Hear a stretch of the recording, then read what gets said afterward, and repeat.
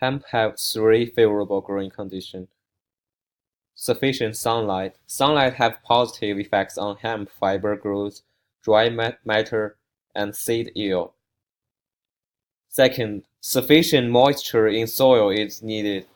Hemp have a good resistance to dry air but have a high requirement for soil moisture content. Within a complete growth cycle, hemp needs 50 to 70 centimeters precipitation. Third, for the soil requirement, the growth of hemp have a requirement of fertile soil. The three main nutrients are nitrogen, phosphorus, potassium. The impact on the environment. Hemp would consume the fertility of soil.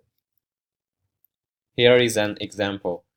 When America was colonized by England, hemp is a kind of strategic material because its fiber could be made to sails and ropes. However, the hemp would consume the fertility of soil badly. So farmers didn't like growing hemp. Then in 1619, Virginia Legislative Council issued an ordinance to force farmers to grow hemp.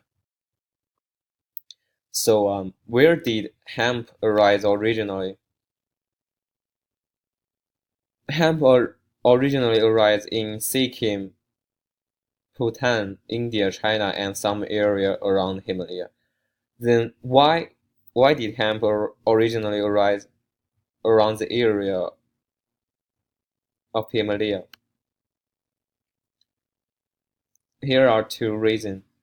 The high altitude of area around Himalaya guarantees sufficient sunlight resource for hemp. High altitude results the thinner air in atmosphere, then reflection of sunlight by atmosphere will reduce, which gives more sunlight to hemp. Second, the mountain topography will give hemp enough rainfall. The warm air from Indian Ocean will rain when it climbing Himalaya, since the vapor in the warm air will condense as the temperature decreases and pressure increase when the hot warm air is climbing mountain topography.